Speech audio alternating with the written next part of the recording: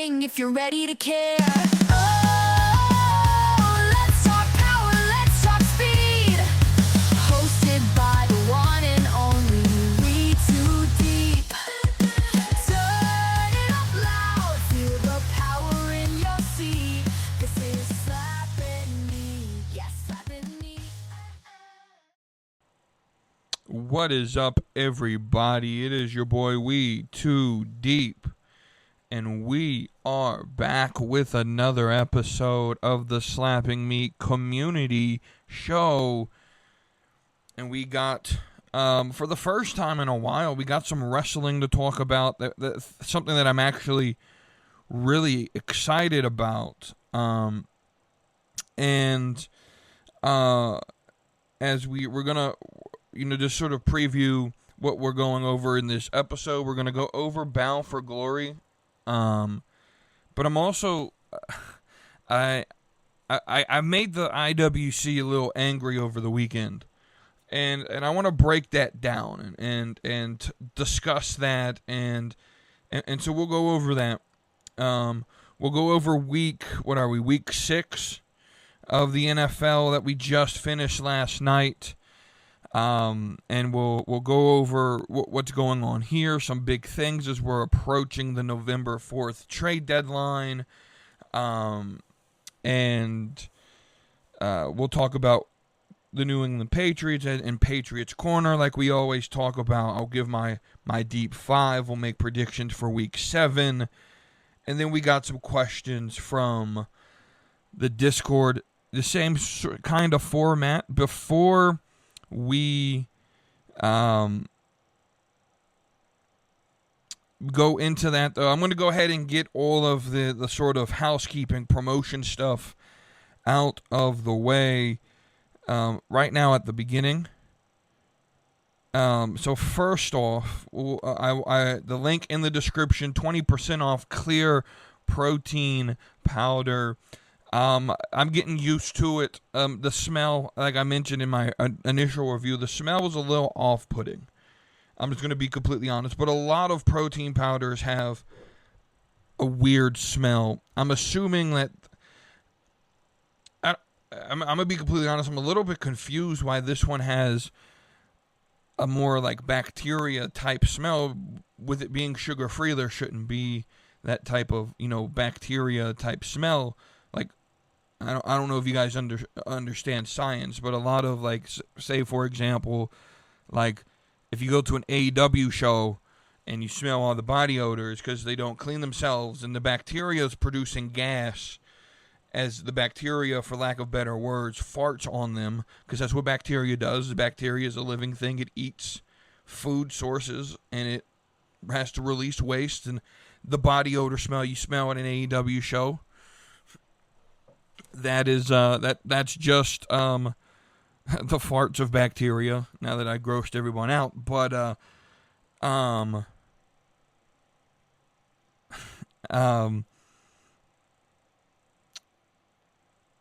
I don't know where I was going with that.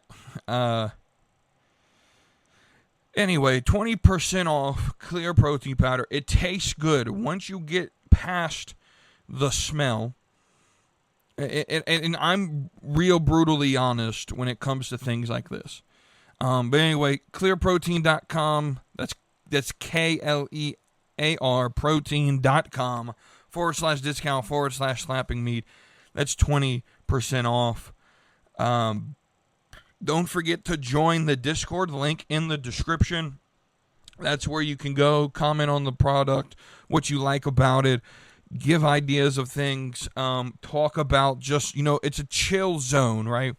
And I just got done doing an episode over, on Friday that I typically don't do.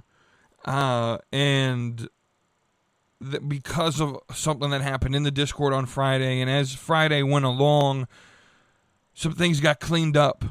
The Discord, as much as I appreciate the Beyond the Junkyard guys, and I wish them all the best. They are my best friend and my brother, so I wish them all the best. I do they have decided to go and build their own Discord community, which is perfectly fine. You can go support them. I'm all about community, but what was ending up happening was I want a chill atmosphere. You can say whatever you want as long as you keep the atmosphere chill. And when you take wrestling a little bit too serious, I think it ruins that atmosphere that I wanted to create in my community. So, they agreed to go form their own, and I wish them all the best.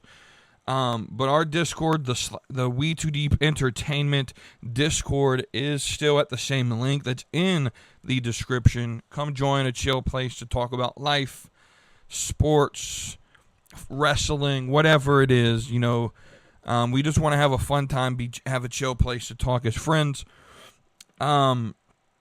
Finally, if you're listening on audio, I have the YouTube link on there. This is important. I'm considering, I haven't decided yet, and I would love your input on this. I'm considering possibly, as part of WETOODEEP Entertainment, doing, I know one of the popular things that happen on that you can do on YouTube is like music video reviews or reviews of different videos, and I'm all for doing that. If it creates a type of content, I wouldn't be able to do it all the time, and it wouldn't be like a daily upload like some of these channels do. But if that's something you all are interested in, sort of like reaction type videos, the first thing that I'll need is you guys to send me videos, and it could be literally on anything. But let me know if that's something you guys would be interested in. If I did like reaction type videos to give some content for the YouTube that's a little bit, different than just the podcast. Let me know if that's something you guys would be interested in. And then finally, this one's going to be a little bit odd. But I'm going to go ahead and self-promote. Over the last week or so, I have officially become a Amazon published, I don't want to say author. So I'm going to explain sort of what is going on here. So there, if you go on Amazon, and I'm going to put the link in the description that you could find it, on Kindle or paperback copy. Again, if you want to read it, it's nothing, that, has to be done. But it's something, a way you could support. I mean, again, I'm a fan of just content, and WETOODEEP Entertainment taking it past just, eventually I want that to be my job, to be completely honest with you. And so I want a place where content gets created, whether it's storytelling, whether it's podcast, whether, podcast of various forms. That's something that I want to grow. And so I decided to go into storytelling, and this story that I told, it's titled When Faith Finds You.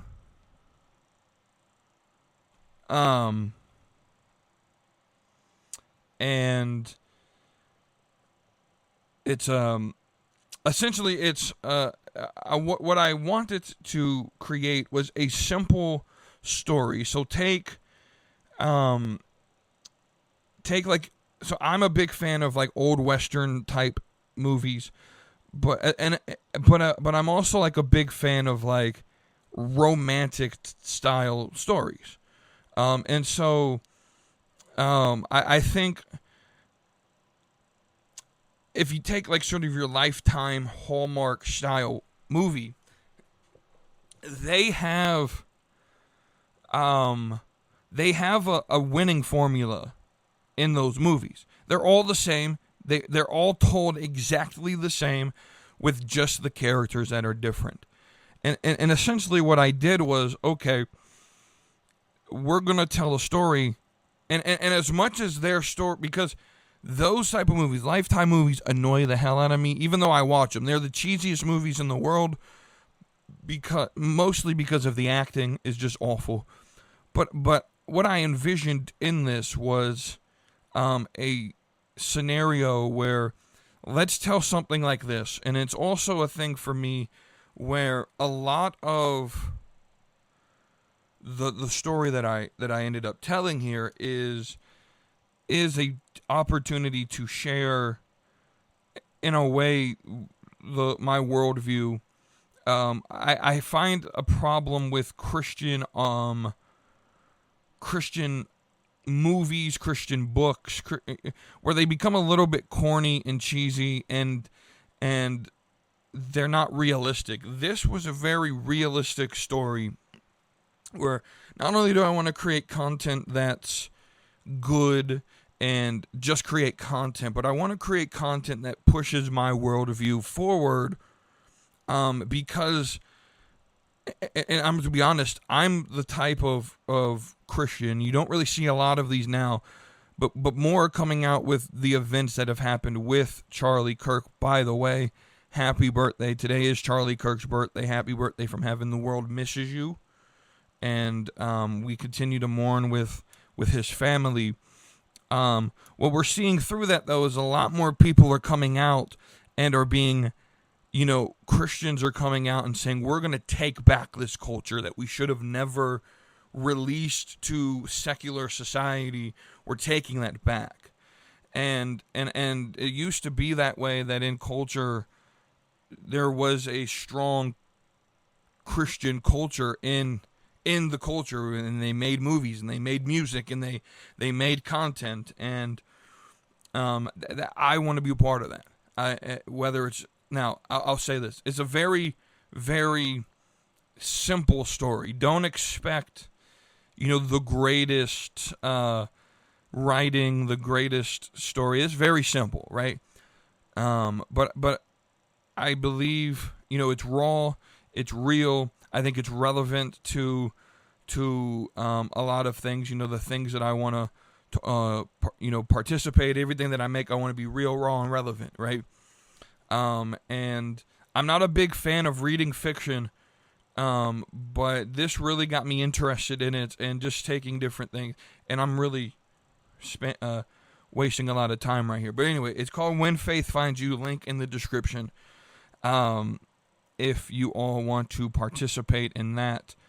And by that, the formatting, I'll just be honest with you, right? So when I say that it's Amazon published, so Amazon, you're allowed to self-publish without going through all the hoops of paying for an editor and paying for all of this other stuff.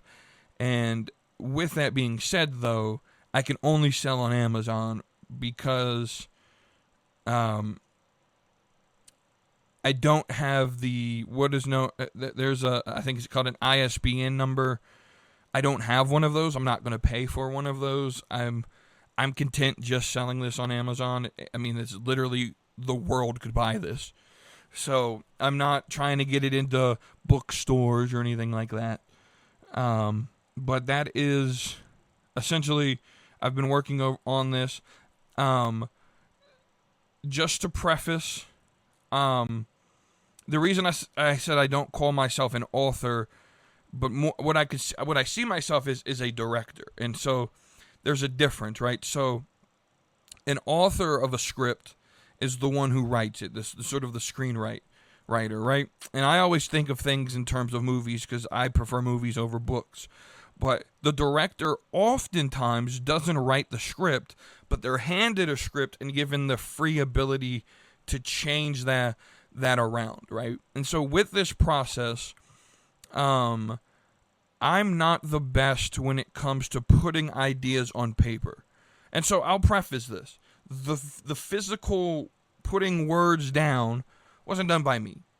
I did use AI, but before you throw back, oh, that means you didn't do anything. No. I need you to understand. I spent literally days, because I don't pay for ChatGPT to where I can just go all in. So I spent literally days programming, saying this is what I want the characters to look like. I shaped the character. I prompted them to say this is what the character arc is. Here's the story. Let's do this one chapter at a time. And right, and here's what I want chapter 1 to be. Here's what I want chapter 2 to be. Right? At this point is where I want the big climactic finish. at this point, not at this point. A chapter would be written, I would read through it, and I would say, this point doesn't make much sense when you go back to this past chapter because of this, that, right? And so, just like my preface, so I'm just going to read the preface from the book that I did put in here. This book is written in collaboration with artificial intelligence, but make no mistake, the ideas, the stories, the characters, they are entirely mine. I imagined the world, created the people, and shaped the journey. AI did not create, it only assisted. It helped me find words, organize the scenes, and explore possibilities I could then refine. Think of it as a brush in the hand of a painter. I chose the colors, I directed the strokes, and I painted the picture. I call myself not an author, but a director. My vision drives the story, but AI gave it life and language. This book is the product of imagination, guided by human creativity, powered by technology. I know there's a lot of people who be like, oh, this is what we're worried about, AI. No. Guys, I think this is a great tool. I think it's a great tool to, now, obviously, it would be kind of shady if I just told AI to write a story. They could do whatever they want. I copied and pasted it and sold it as my own. Legally, I could do that, though. I looked up the laws on this. Legally, I could do that because AI isn't protected by copyright. But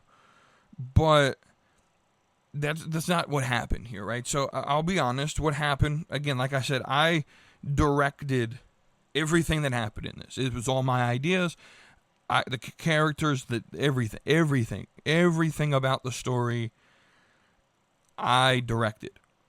And so I just want to get that out of the way. As you guys know that I think when it comes to people like me who have issues putting creative ideas onto paper, AI is a beautiful tool to help with that. I think it's a beautiful tool. The cover art was generated by AI. I didn't have to pay an editor or a cover artist hundreds of dollars to create that. I got it for free. I think AI is a wonderful tool that helps the creative mind, and the only people who are going to be upset with that are those that stand to lose money because of it. And so that's my view on that. That I don't think AI is going to take over. This is a whole other podcast idea, and we could maybe go down. This is a community show. We could talk about this. I don't think AI is going to take over, right? A lot of people fear that AI is going to take jobs from the normal people, and I don't have that fear with AI. I just don't. I think the jobs AI will take over will be your creative jobs, where typically your bookmaking and your story writing and your content creation and your movie making were gatekept into, you had to have a degree, you had to have experience, you had to have contacts in Hollywood, you had to put in the work. And now what's going to happen in the not so near future, or excuse me, not so far future, in the near future, I see this happening, where AI is going to be so good that you can actually create. Now, you would have to pay money to do this and subscribe, because these AI companies are going to want money from it. But imagine paying $100 a month and being able to create Hollywood-level A-tier movies for $100 a month. Say it takes you 6 months to direct it. You paid $600, right? Where budgets for movies like that, The Rock just spent $50 million on a movie that only turned up like $18 million on the box office. Now imagine me as a creative mind being able to put into a computer, hey, I want to make this movie. Here are the characters that are in my mind. Here's the descriptions of the characters of the scene. Here's the story arc. Here's what I want to happen. Can you make this for me? And for, let's say it takes 6 months of creating and shaping and prompting and editing, and for $600, you created an A-tier movie that can then go to theaters, and right, I don't see an issue with that. I personally don't. Imagine books being printed that don't require editing, from editors and big wouldn't require, big publishing companies. I mean, you would still need them, but again, self-publishing is kind of easy on Amazon if you're just fine just selling on Amazon. Will jobs disappear as the market? But again, I don't think a lot of people are scared the factory jobs or the retail jobs and all of that will be taken away. I don't think that'll happen because it'll be far too expensive to maintain an AI system in retail. You especially seeing that you'll still need human beings to work the kiosk when they break. And so I don't think the customer service jobs are going to be pushed out with AI. I think what's going to change is your musicians, your movie makers, your artistic jobs, right? Those are your artsy jobs are going to be removed by AI. And we're already sort of seeing that in and of itself. And I don't have an issue with that, to be honest. And so, again, AI is a tool. I don't believe you should use it to replace human creativity, but I do think it could be a tool to expand human creativity. And so that's exactly what I'm trying to prove with this book here, is that this story, my ideas, my writing, I actually edited some of it and said, can you do this instead of this, right? And so, I mean, it literally took me a week to write it, editing and changing it. Like, it was a fun process. And so there's that, again, link in the description. But now that we wasted 20 minutes doing all that fun stuff, let's go into wrestling. Let's go in the ropes. I want to give my thoughts on Bound for Glory.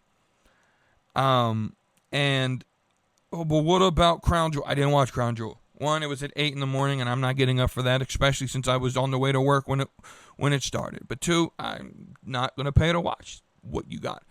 I think it was cool to see that Cena and AJ Styles paid a lot of homage to a lot of different people. Frankie Kazarian, Sting, different people throughout both of their careers and their finish. That was fun. That was cool. But again, Crown Jewel, and what a lot of these foreign shows have just become, are house shows with PLE production. And so especially something like Crown Jewel, where nothing's really on the line here, I just really didn't care. But Bound for Glory was on Sunday, and I did care about this. And we had, I'll be honest, I'm not going to call this the greatest wrestling show of the year. I don't think it's that. But I do think it had some cool moments. We start, now I didn't watch the pre-show, but I do know that the inspiration, or if you were a WWE fan, the Iconics retained the tag team titles. I know that the Beautiful People and Mickie James were inducted into the Hall of Fame, which is awesome. And so that's the pre-show, but we start this with Macklin versus Kazarian. And Macklin wins in front of his mama, and that was fun. It was fun seeing that. Again, it was just a fun moment. Good match to start the show. Wasn't great, but it was a good little match to start the show. Not really a lot of big moments in that match, but I think personally for me, I think it was cool that Macklin got to do an entrance with the Marines, and that's fun, and something to me that I appreciate that TNA allowed that to happen. We then had, I think the next match, I'm going to go out of order a little bit. I'm just going to start naming matches. We had the Call Your Shot gauntlet match, which essentially, if you don't know how the rules are, it's essentially a Royal Rumble, and then once you get to the final two, it becomes a one-on-one singles match. Pin or submission is how you get the fall, right? And so a little bit of fun. Santino gets involved. He has his little fun moment, gets eliminated in like 0.2 seconds. playing on his Rumble appearance, right? That was a little fun nostalgia pop. The hometown man, I think, might be the greatest character in wrestling right now. That's sort of like the comedy character. For those who don't know what hometown man is, essentially it's the name explains it. Whatever town you're in is his hometown, right? And so he just comes out. He's the natural babyface in every match he's in, right? This time he comes out with Wally, the big green monster, the Red Sox mascot, which I thoroughly enjoyed because the Red Sox are my team. Again, it's just fun. It was just a fun match. Now, it ended pretty, I'm just going to be honest with you, it was a pretty crap ending.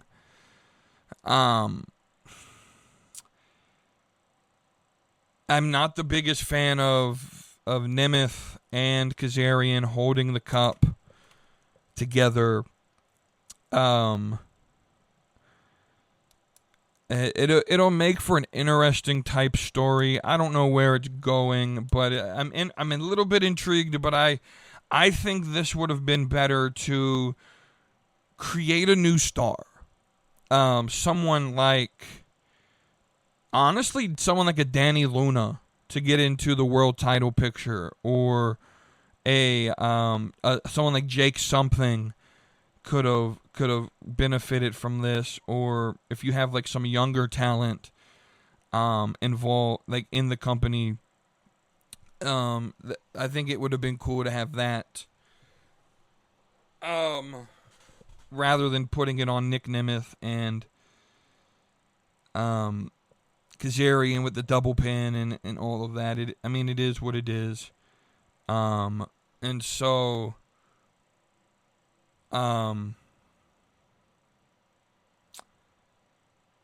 with that being said, I enjoyed the match itself. It had its moments, right?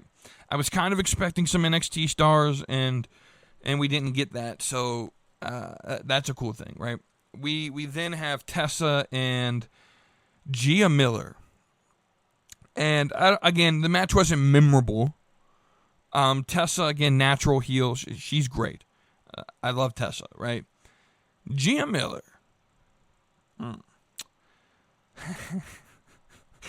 Oh, man. Gia Miller has a new favorite fan, and that is WETOODEEP. I already liked her. I thought she was cute as a commentator. She, let me say, she a little cheeked out. But she did a lot better than I thought she would do. I was like, oh, this is just going to be one of them commentators get in the ring. I didn't realize she had a wrestling background and actually trained at High Spots here in Charlotte, where I live. I know George South. I've met him a couple times. Dude, still kicking and wrestling on a monthly basis, doing hardcore matches too. Like I've seen him do like war game style like hardcore indie type matches at like 70, 80 years old. This dude's crazy.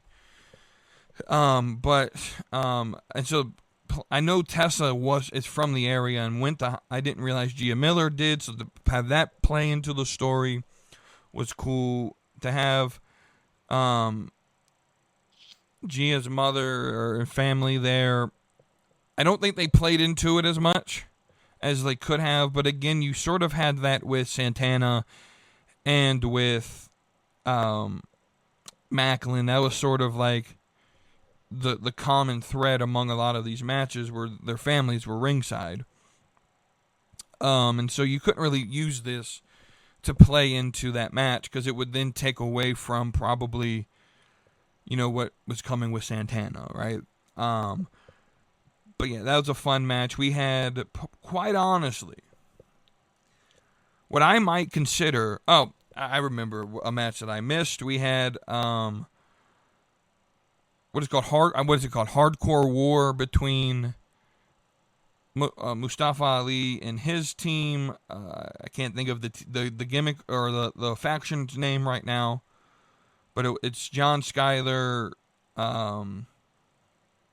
Mustafa Ali, Tasha Steelz, I can't think of the other dude's name right now. Let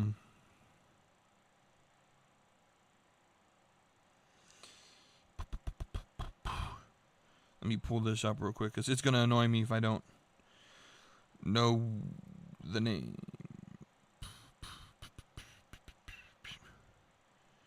It's called Order 4. Mustafa Ali, Tasha Steeles, Jason Hotch, John Schuyler, and a new guy named Special Agent Zero versus The System, which is Moose, Alicia Edwards, Brian Myers, Eddie Edwards, and JDC for WWE fans. That is Fandango. And an intergender match known as Hardcore War. So I didn't talk about this with the Gauntlet, but because I wanted to discuss it here.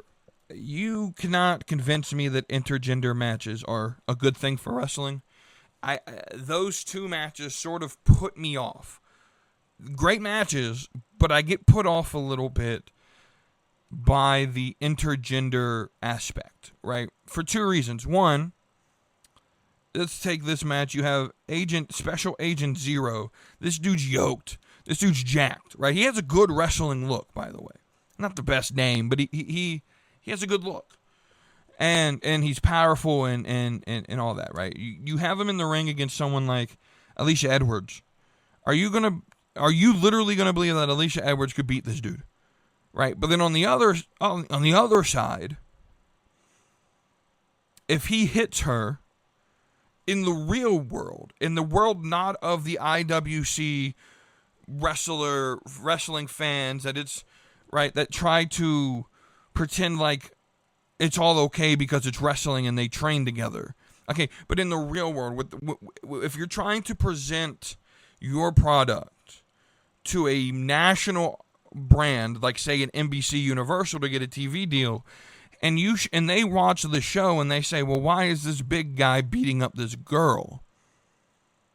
That's not the type of product we want to display to our fans that aren't wrestling fans. And the nerds in the IWC don't think about that. They just say, well, it made for a good spot. Okay, but the spot doesn't matter if the rest of the world thinks that you're promoting domestic abuse. Right? So you throw me off when you have, men and women. It was something me and Highlander were talking in the Discord. There's no reason why you couldn't do a 20-man gauntlet for the men and the 20-woman gauntlet. You have access to NXT's roster for the women, because there isn't a lot of TNA women, and I understand that. But you have access to NXT's locker room. You could easily have filled a 20-woman gauntlet match and had two different matches there. Leon Slater, Javon Evans. What a banger. Again, crappy ending, and we'll talk about that. Crappy ending. But what a banger. This went for about 20-something minutes. 23 minutes exactly that it went.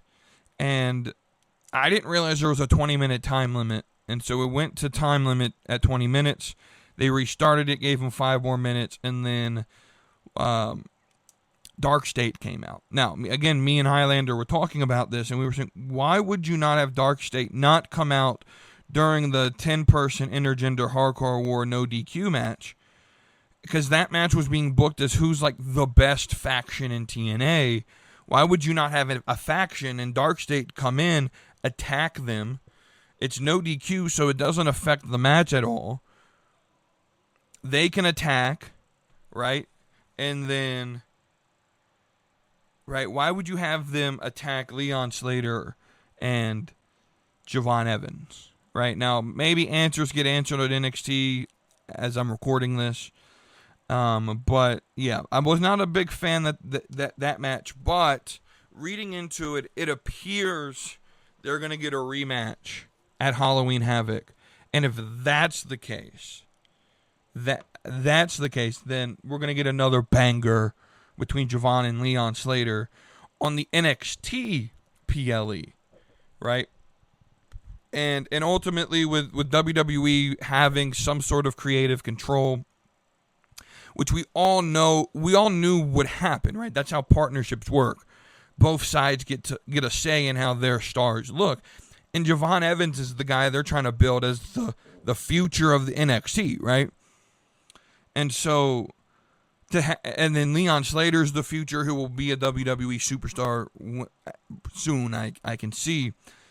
And so, yeah, I actually don't mind this ending in no contest if we're getting a rematch at Halloween Havoc, because you then can, right, maybe turn it into no DQ, maybe turn it into something where Dark State is, banned from ringside or whatever, and turn it into something like that. But Halloween Havoc, having that as a match, is a big match.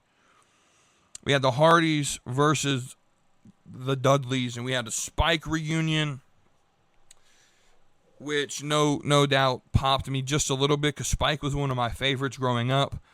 Now, I've been openly honest that I don't think that the Hardys or the Dudleys are the greatest tag team of all time. That's just personal preference. I like more of the slower, more what I call Southern style tag teams. The Four Horsemen, the Crocker type. Someone like FTR, right? If FTR were to shut their mouths, I would appreciate them a lot more. But they're such whiny douchebags that it's really hard to cheer for them. The no fist, or no flips, just fist type gimmick that FTR played in WWE as the Revival, right? That's my type of tag team. I'm not saying I don't like the flips. I think New Day and the Usos are the top two teams in all of history, just because of longevity and gimmick and creativity and championships. But I think I appreciate teams like the Four Horsemen and Evolution and stuff like that, right? But with that being said, I can't take away the importance of the Hardys and the Dudleys to pro wrestling, right? I can say you're not my favorite and still give them respect and saying this nostalgia right here. I'm openly on the record saying I don't like nostalgia booking. With that being said, this is how a retirement match, and I'm assuming it's a retirement match for the Dudleys based on the ending. This is how it happens. Nostalgia is good when it's for one night only. The nostalgia booking I don't like is when you do something like Triple H does a lot, where he nostalgia books someone for stories for 2-3 months, and it removes, a place on the card for someone they're building, because they got to get that nostalgia push. A Goldberg, a Nikki Bella, a Becky Lynch of this summer. Right, this summer really struggled because they did a lot of nostalgia booking. The year as a whole, because they were booking for John Cena, and a lot of it was nostalgia booking, has suffered. But having a nostalgia match, bro, it killed. Right, the match wasn't the greatest thing of all time, but it was 15 minutes and 45 seconds of nostalgia that killed, and it did what it needed to do.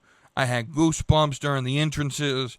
We had, I wish there was a way they could have had Edge and Christian a part of it. Unfortunately, that I think eventually the Hardys, when they retire, will be against Edge and Christian, their final match. And I think it will be like an end of an era where all four of them will retire. Maybe the Dudleys come out and participate in that. I think it does happen in WWE. I personally do. But this was a wonderful match, right? Kind of predictable that the Hardys would win, seeing that the titles were on the line and this was a retirement match. But the result doesn't matter. This was just a fun, nostalgic moment for wrestling fans that grew up watching these people, right? And there's so many people, posting their favorite memories about them. So many people who got into wrestling because of the Hardys and the Dudleys, and not just watching wrestling, but actually got into the business and wanted to be a wrestler because of the teams, right? And then we had Trick and Mike Santana. We all knew Santana was winning. I don't want to really discuss the match. The match was fine. I think involving his daughter was good. It was the emotional pull that you needed for Santana. She slapped Trick. You don't play with the person, like father, like daughter. It was a cool moment seeing her have the belt. And I, however, am of and you can disagree with me here, but I am of the opinion this was cooked for too long, right? So let me explain. It hit. It did what it needed to do. But sometimes there's this, it wasn't like they didn't burn the food, right? Let's just use a food analogy here, right? They were cooking, right? And they left it in, and it wasn't burnt. Like, it wasn't bad. It was still edible. But there's that sweet spot where you pull it out, and it's cooked just right. Sometimes you can overcook certain foods, and they're still edible. They still taste good, but it's past its sweet spot. The sweet spot for Mike Santana winning this was in New York at Slammiversary. I'm still 100% convinced that the moment, the energy in Long Island, at UBS Arena, like, that place would have exploded if he won. And the moment that they were trying to get, the pop that they were trying to get, would have been better. Now, I understand that they were trying to carry through No Mercy and carry through into, Bound for Glory and get tickets for Bound for Glory because it's its biggest event. But I still think you could have had Trick involved, maybe with a rematch for Bound for Glory. But I still think Santana should have won at Slammiversary because the moment would have been bigger, right? Like, you had it handed down. Like, there's a slogan that at the end of the day, TNA is just going to TNA, right? That they have the perfect opportunity to do something that could put them big time, and they just sort of fail to hit that, right? And that's what I feel like they did at Slammiversary by keeping the title on Trick. That they had the perfect opportunity, the crowd, the moment. The Boricuas were in the building representing Puerto Rico in New York, where it's a high Boricua population. Like, everything lined up with Santana winning in New York. And what TNA has done is they sort of long build these things to where you think it's going to happen. Oh, no, it's going to be at the next big show, right? So it's not going to happen here at Slammiversary. It's going to happen at Bound for Glory. And we all knew it would happen, right? I think it would, the moment, the pop that you were looking for would have been bigger, would have been better, would have, right, had Mike Santana won the title at Slammiversary. That's just me, right? So that's Bound for Glory. In response to this, right, I got the IWC mad because someone posted something on about a New Japan show that was Saturday morning or whatever. I don't know what time it was. Again, and I posted something. Imagine watching this show instead of Bound for, or imagine talking about this show instead of Bound for Glory. Right? Kind of trolling, but at the same time, kind of being serious. Right? Now right, and that got the IWC. I went to bed as soon as I posted it. I woke up with like 34 mentions. Most of them taking the easy route that they all make, like, oh, look at you, you're an incel, you're overweight, you blah blah blah, you right? Y'all need to get a little bit more creative if you think that stuff's gonna hurt my feelings. I've heard it all, right? But the point that I was trying to make, and then I was having with these people, was that the casual fan.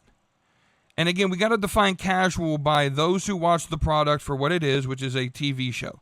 Casual isn't, I don't pay attention to the business. Casual is my level of engagement is that of, I understand that the business is for entertainment purposes and that it's not real. And I feel like a lot of these nerds, and I'm going to call them that, nerds in the IWC, think that wrestling's a real sport. and that they have to watch all of it. And the point that I was trying to make in this discussion that I had on X with these insane cult members was that most people that are casual fans of pro wrestling, they don't care about what happens in Japan. Right? I don't care about Zack Sabre Jr. I don't care about Konosuke Take a Shit. I don't care. That's not his name. That's his nickname for me. But Takeshita. I'll be respectful. I don't care about Takeshita. Right? Not because I don't think they're great, but because I don't care what happens in Japan. Why is that such a bad thing to say, that I don't have all but so much interest in the pro wrestling business as it is, and I found something that I like in NXT and TNA, and that's where I focus my energy watching wrestling, because I don't see wrestling as a sport to where I have to watch all of it.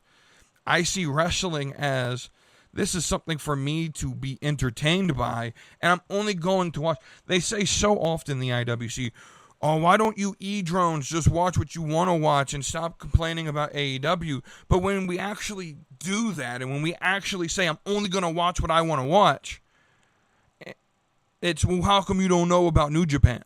Well, I just told you I only like NXT and TNA. Why would I care about New Japan? Right? And so I just, at the end of the day, the typical casual fan who goes to a show for WWE, they're not going, and again, casual doesn't mean you're not engaged online, doesn't mean that you don't tweet about the show, doesn't mean you don't watch the show. You know, some of the biggest people that WWE puts on as like their reactors, Chiseled Adonis and stuff like that, they're casual fans, right? It's entertainment to them, right? There's a reason you don't see Chiseled Adonis reacting to a New Japan show. It just, right? Because it doesn't, he probably doesn't know anything about Japanese wrestling. And it offends the nerds in the IWC when you don't care about Japan. And they make all these excuses about, well, no, America's not the... No. America is 100% understood in the world as the number one entertainment market in the world. I was just having a conversation with a coworker, the artist Youngblood. He had a conversation with Ozzy Osbourne before Ozzy passed. And Ozzy basically told this guy, this recording artist, Youngblood, that the only thing you have left to do is conquer America. Now, why would Ozzy say that? Because in the music business, it doesn't matter if you conquer Europe. You could, there's a reason the Beatles came over to America, right? It is well known within the entertainment business that if you want to make it, you know you made it if you made it with the American crowd. And by the way, I think Youngblood conquered America because his tickets went on sale, I think, last week, and he sold out of all 66 cities in 59 seconds. Just a little tidbit. He has the record for shortest amount of time to sell out an entire tour. To the point to where his booking agency, his record label, may even add more shows. 66 tour stops in a concert tour. I mean, assuming you do shows 3 days a week, Friday, Saturday, and Sunday, that's 22 weeks. That's about a little bit over 25% of the year spent on tour. 66 stops is a long tour just for the American leg of the tour. I'm sure he's got a foreign leg of the tour as well, right? And so, but everyone recognizes in the entertainment business that if you want to make it in entertainment, you make it in America. It's why all the big actresses in Europe and actors and actresses in Europe who make it in European film market, they get sent to America to try to make it here because they know that's if you make it in America, you made it in the industry. It's not enough to conquer Europe. You have to conquer America. And so the same is with wrestling. The biggest wrestling promotion in the world is in America, right? The top two, actually, right? And really, if you really want to talk about it, TNA is number 3, and they're a North American brand, right? And so the American audience is the most important in the entertainment business, without a doubt. There's no arguing that. And if we're being honest, since the beginning of time of the industry, wrestling has always been considered an entertainment entity. It's an entertainment industry. It's always been that way. Promoters recognize that if I could tell gimmicks, or if I had gimmicks and could tell stories, I would make more money than just putting together 2 random people in matches. Promoters have recognized that from the beginning of the business and the beginning of the industry. Right? But these people act like Zack Sabre Jr. and Takeshita in a match that, by the way, lasted like 35 minutes. I have an issue. Here's my issue, right? I'm all for like 60-minute classics, but not really. And I'll be honest, I'm not a big fan of the idea of a 60-minute classic. There's only so much you can do in a wrestling match. There's only so much story you can tell in a wrestling match. I personally believe that a good wrestling match should end within about 20 to 25 minutes.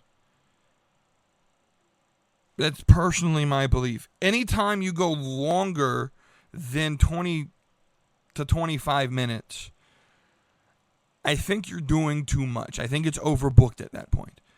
I think a lot of people's attention spans can't focus for that long, and you eventually just start doing the same things over and over and over again as you start to approach longer match times, because there's only so much you can do in a match. I think 20 minutes is that sweet spot for a match, just personally, right? But that match does not, in the grand scheme of wrestling, no one's going to remember that match. No one's going to remember Takeshita won the IWGP World title in 20 years. No one's going to remember that. Maybe Dave Meltzer. But no one else is going to remember that in the grand scheme of wrestling trivia. No one's going to know that answer. No one's going to know that answer, right? And I don't think WWE's booking perfect anyway. They're not really creating memorable moments either. Don't hear me critique what's going on in Japan and act like WWE's doing something like good. They're not. Right? I'm very consistent with that. WWE's product is the worst I think it's been in 5 years. And I knew that would happen as soon as they killed off the Bloodline with Roman Reigns. That was sort of the big story that was really piquing the interest. And when they cut off Roman Reigns and they didn't have him get beaten by a family member so that you can continue the story, because that story has to stay within the family dynamic, right, for it to work. But once you killed heel Roman Reigns off, you lost what a lot of the people who started coming back into wrestling, you lost what they came back for, and you didn't fill it with anything that was good. And wrestling over the last 2 years in WWE, I'm just going to be honest, the booking hasn't been that good. Right? NXT's good, TNA's good. I appreciate that. I watch that. And for these nerds in the IWC, hear me out. If you want to watch Japanese wrestling, by all means, do that. But you shouldn't be upset when casual fans like me, when fans who like wrestling, who watch it, but they really only care about a certain flavor, you shouldn't be upset when I troll and make a joke about, oh, why would I watch this, right? And people are like, oh, well, you're watching the Dudleys versus the Hardys in 2025. Yeah, it's a nostalgic moment. You guys cheer for nostalgia all the time. Don't act like you don't. It's crazy. The IWC is crazy. But with that, let's transition over into football. Let's talk about Week 6. The NFL this year is very interesting. There's a content creator. Why can't I think of her name? Is it Annie or Anna? I think it's Annie Agar. Yeah, Annie Agar, one of my favorite content creators, like from the ground up. You know, it wasn't one that was sort of like, you could tell when there were like people who were sort of like industry plants who they try to make seem grassroots. Annie is grassroots. Straight from TikTok, like from her beginning of TikTok days. Like perfect. Like I love her content. And she said something in her week 6 review that I actually think is true. We don't know who's good and who's bad. We really don't. That the league is very interesting this year. But with that said, I guess we could start on Thursday. The Giants beat the Eagles, which isn't surprising to me. I predicted that, by the way. That would happen. I predicted that the Eagles would struggle this year, and they are. And it's not. And it's yes. It's an. I don't want to go into it. I don't really care about the Eagles. I don't pay attention to it. Is it an offensive coordinator issue? Sure, probably. That's part of it. But I also think it's an issue where, as much as Jalen Hurts is very good, I think he's a great leader. I don't think he's a good quarterback. I think when you capitulate everything that is a quarterback, like what makes a great quarterback, leadership, calm. I think he's an A+ in a lot of those categories. But when it comes to physically playing the game and playing the position, I just don't think he's sufficient at that. And he relies on, and for whatever reason, they're not running the football. They can't run the ball. The offensive line is injured, right? And you get exposed by the Giants. And I knew pretty early in the season that the Giants would win this game. I kind of predicted it because it just seemed and made the most sense that, I mean, the Eagles were going to be exposed, and I kind of figured it would happen.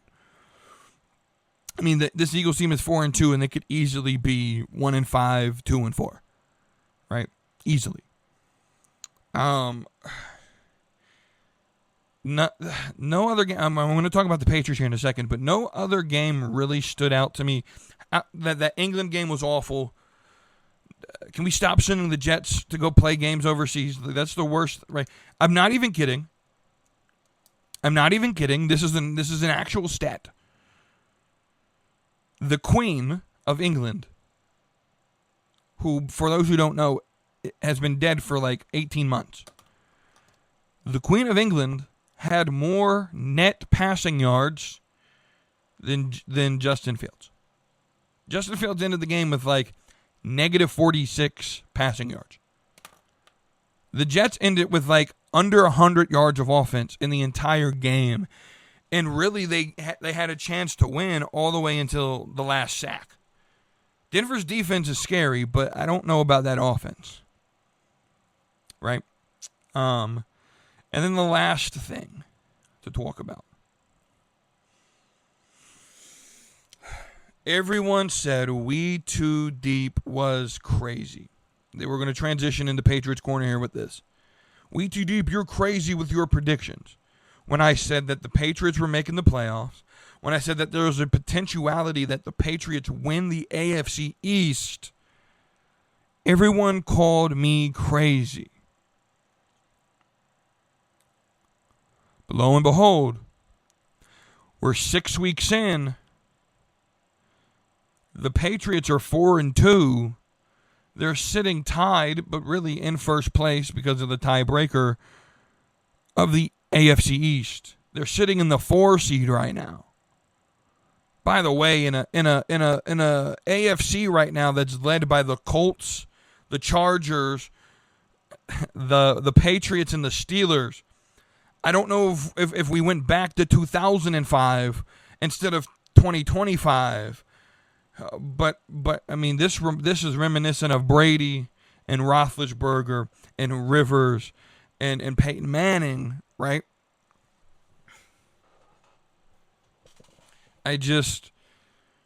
Y'all told me I was crazy when I said Drake May was going to go off this year. Y'all told me I was crazy. Like, the Patriots are 4-2.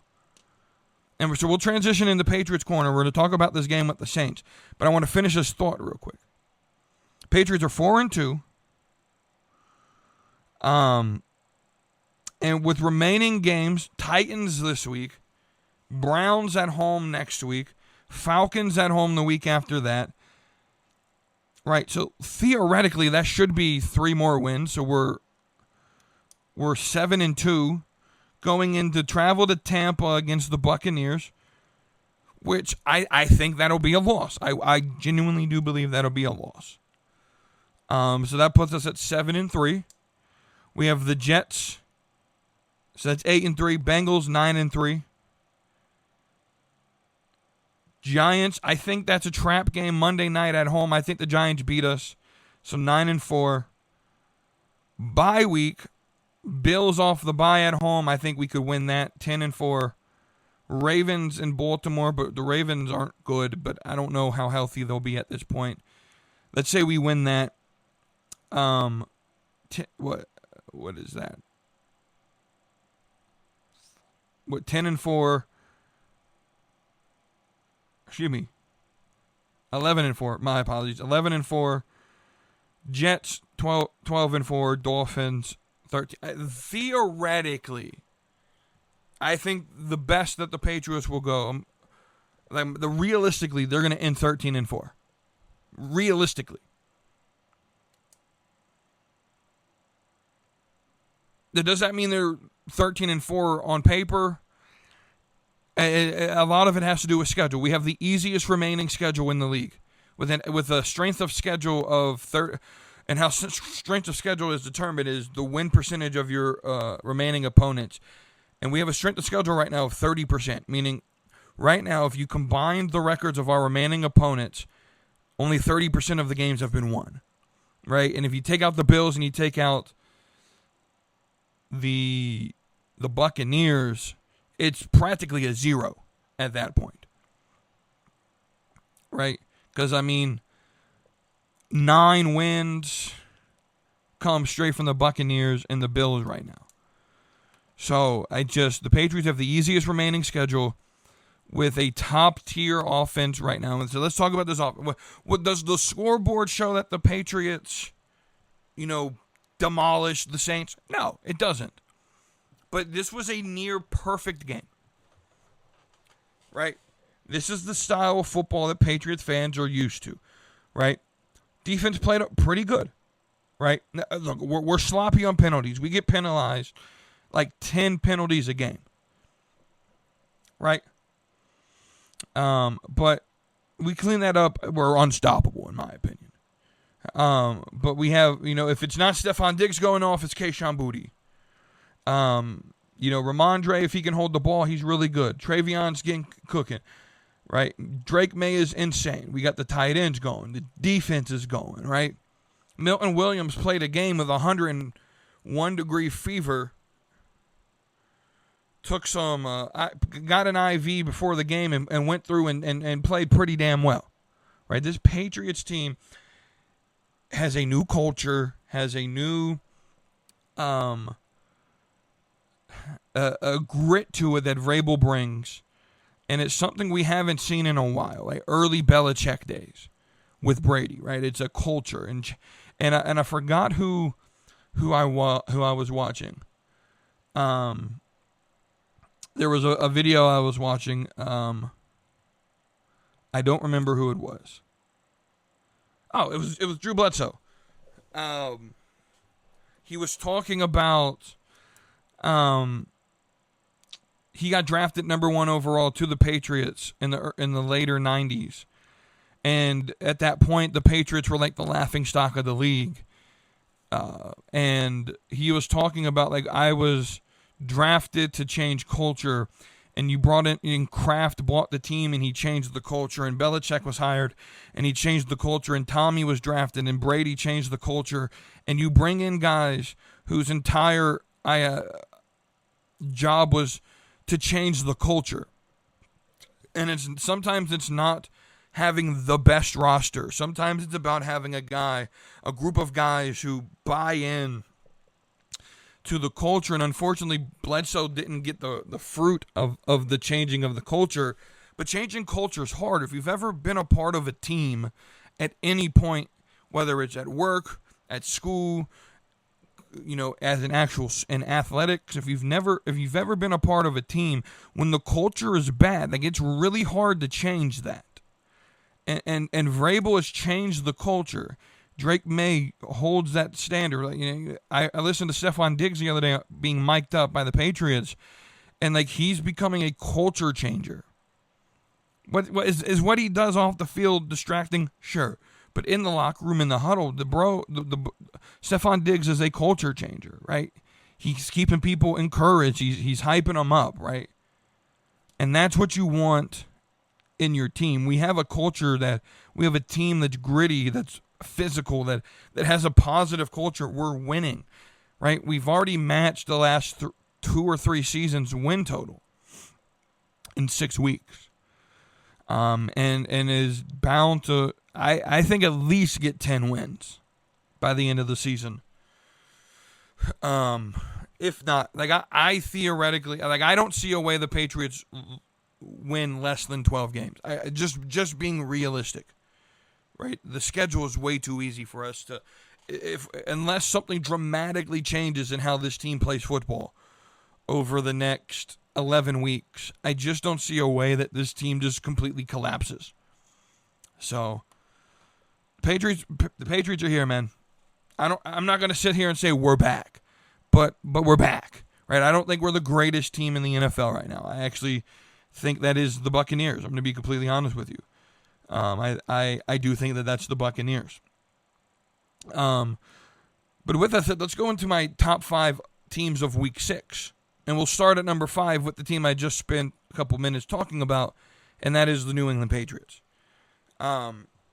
Just for everything I just said, right? I don't think we played the best game of the week, but we played a damn near perfect game, and we performed to the level that we needed to win the game. And number 4 is the Falcons. I mean, this is a team that, sure, they were at home, but in prime time. Right, in prime time, the Buffalo Bills come in. They're supposed to beat you, and you just dominate. I'm starting to wonder if the Bills just choke in prime time. But the Falcons played a good game. Bijan was all on it, right?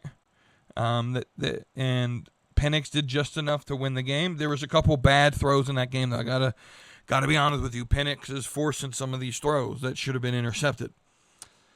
But the Falcons played a very good football game. The Buccaneers are number 3. I don't think they played the best.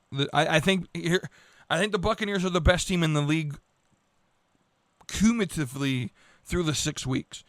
But I don't think they played the best game this week. They played the 49ers. Now, someone like Kara, who, hey, she's an OG of the show. I respect her opinion. She'll come in and say, well, the 49ers are injured. And that's fine. If Baker wasn't throwing to his number 4 receiver, Godwin not in the game, Evans not in the game, Ibuka gets hurt in the game, you're throwing to what the hell is their tight end? Is it K. Dotton, and to 4th string and worse receivers, right? The Buccaneers have injury issues of their own. And Baker's baking. He's cooking right now, bro. And this team is dominant. And I don't know. It's hard to say that they're better than the Lions. We'll find out this week because the Buccaneers play the Lions this week. My number 2 team of Week 6 is the Giants. You come in, you dominate the Eagles. Scatterboo, Jackson Dart. A lot of people critique them because of the headbutts and they play like they want CTE. But, bro, that's the type of football that I like to see. Cam Scatterboo, when I see him run the football, right, I love seeing it, right? And my number 1 team of the week are the Kansas City Chiefs. And I'm just going to be completely honest with you. They're getting Rashee Rice back this week. They're starting to get hot. I think Kansas City's coming back, and they're gonna make a push towards winning some of these games remaining on their schedule, and it's gonna be something where I think Kansas City's on their way back. Right, Rashee Rice is coming back. I think Xavier Worthy's finally healthy.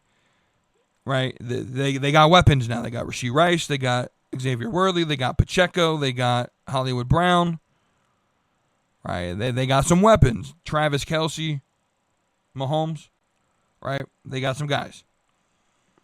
And so the Chiefs are my number one team of the week this week. And going forward, I would look out for the Chiefs to dominate, right? And start winning some of these ball games. With that being said, let's go into our predictions for week number 7. We start Thursday night, Pittsburgh Steelers and the Bengals. I'm going to go Pittsburgh. We have Jacksonville's playing overseas game against the Rams. I don't know where they're playing, but it's interesting. We're going to go with the Rams. Saints in Chicago. We'll go Bears. We'll go Browns over Dolphins. We're going to go Patriots over Titans. Chiefs over Raiders. Eagles over Vikings. Panthers over Jets. Giants over the Broncos. Colts over the Chargers. Commanders over the Cowboys. The Commanders over the Cowboys. Packers over the Cardinals. Sunday Night Football, Niners, Falcons. I'm going to pull one here, and I'm going to say the Falcons. I'm going to pick the Falcons here. Monday Night Football, 2 doubleheader again because that's stupid. First game is Buccaneers playing the Lions. I'm picking the Bucs. I think the Buccaneers are... This is going to determine who I think the best team in football is. I think it's going to be a great game, and I'm going to probably tune in to watch this. Buccaneers, I'm picking to win, and then Texans, Seahawks as well on Monday night, and we're going to go ahead and pick the Seahawks. So let's end this thing with some questions from the Discord. First one's from Kara. All 32 teams or representation / mascots come alive and had a brawl. Who wins the brawl? So first off, there's only 28 mascots. So the Giants, Jets, Chargers, and I forgot the other team that doesn't have a mascot. Packers, I think. Yeah, Packers, Chargers, Giants, Jets, they automatically get eliminated. I'm not going to go through all of the mascots, but there's an obvious answer to this. The Savage won up there in Indianapolis. Blue Savage, bro. Ain't no one beating that man. Blue is winning this one. We're going to save the deep thought one that she asked for the end because I want to end the show with that one. B-Master asked DX, NWO, the Bloodline and Evolution. You have to keep one and erase the rest from history. So I'll say this. Erase DX, erase the NWO. My 2 favorite factions of all time is Evolution and the Bloodline. And then third would be the 4 Horsemen. Right?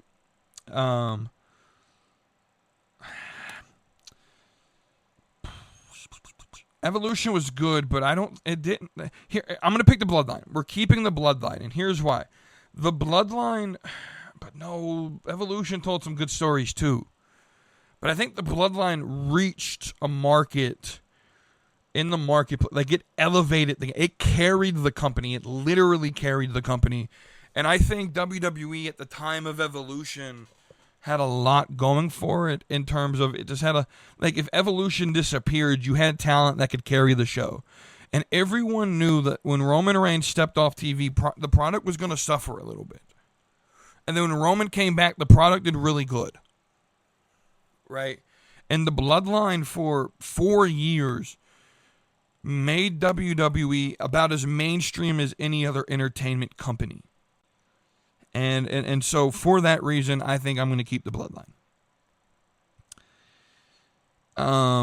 Kara, I don't know if this was a question or more of a statement, but she said, after last night, I have to say, why are kids who play Madden better at the 2-minute drill than some of these teams?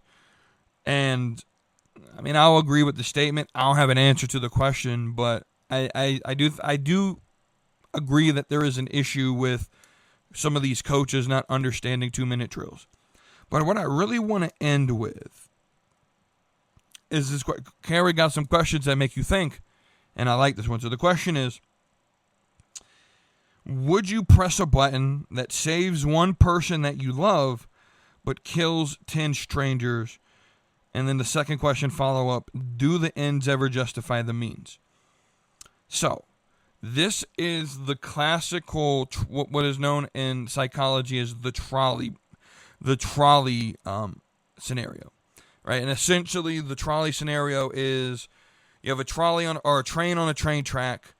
You have one person on one side. So with trains, you have levers that turn the train. You turn one way, it's at a fork, right? You turn one way and you kill someone you love. You turn them the other way and you kill 10 other people, right? It's that classic trolley scenario, right? And depending on your world, because I do think ultimately this is a worldview question. And so for me, my answer is this. I'm saving my loved one. And here's why. So some people answer, well, I'm saving the 10 because it's losing one is a greater loss of life. Or excuse me, a lesser loss of life. And what is good in the world is to save as much life as possible. And my worldview actually is different than that.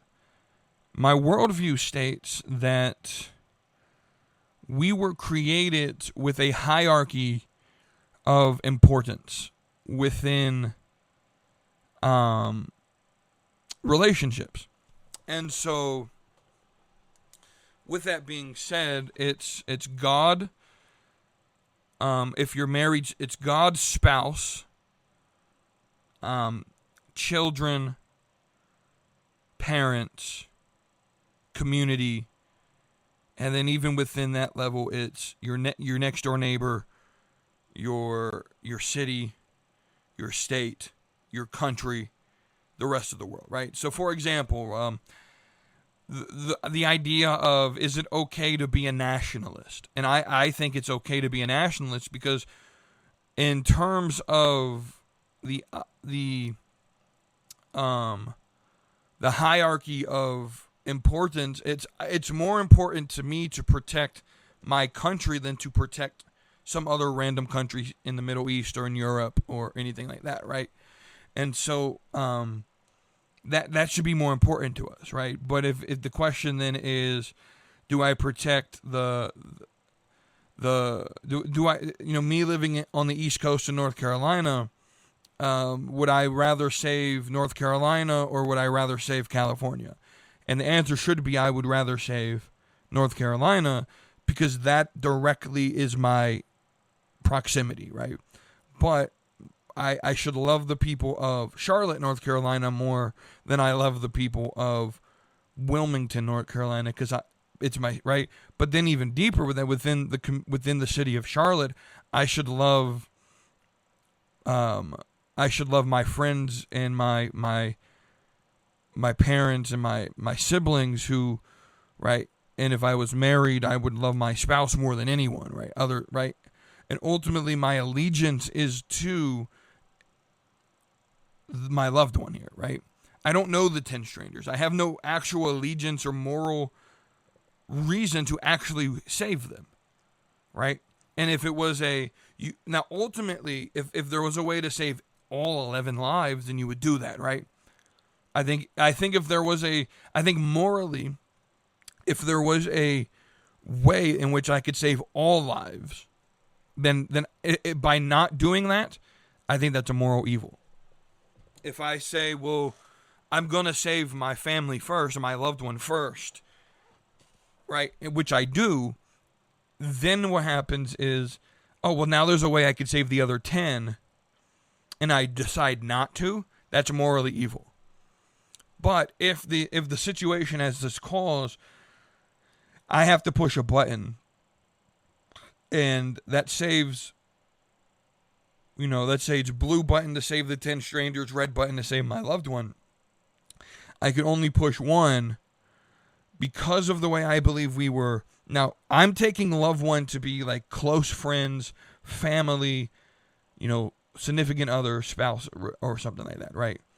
And so I would say, because of the hierarchy of importance of that relationship, that you have a moral responsibility to care for your wife or your husband, if you're married, over anyone else. That includes your children, by the way.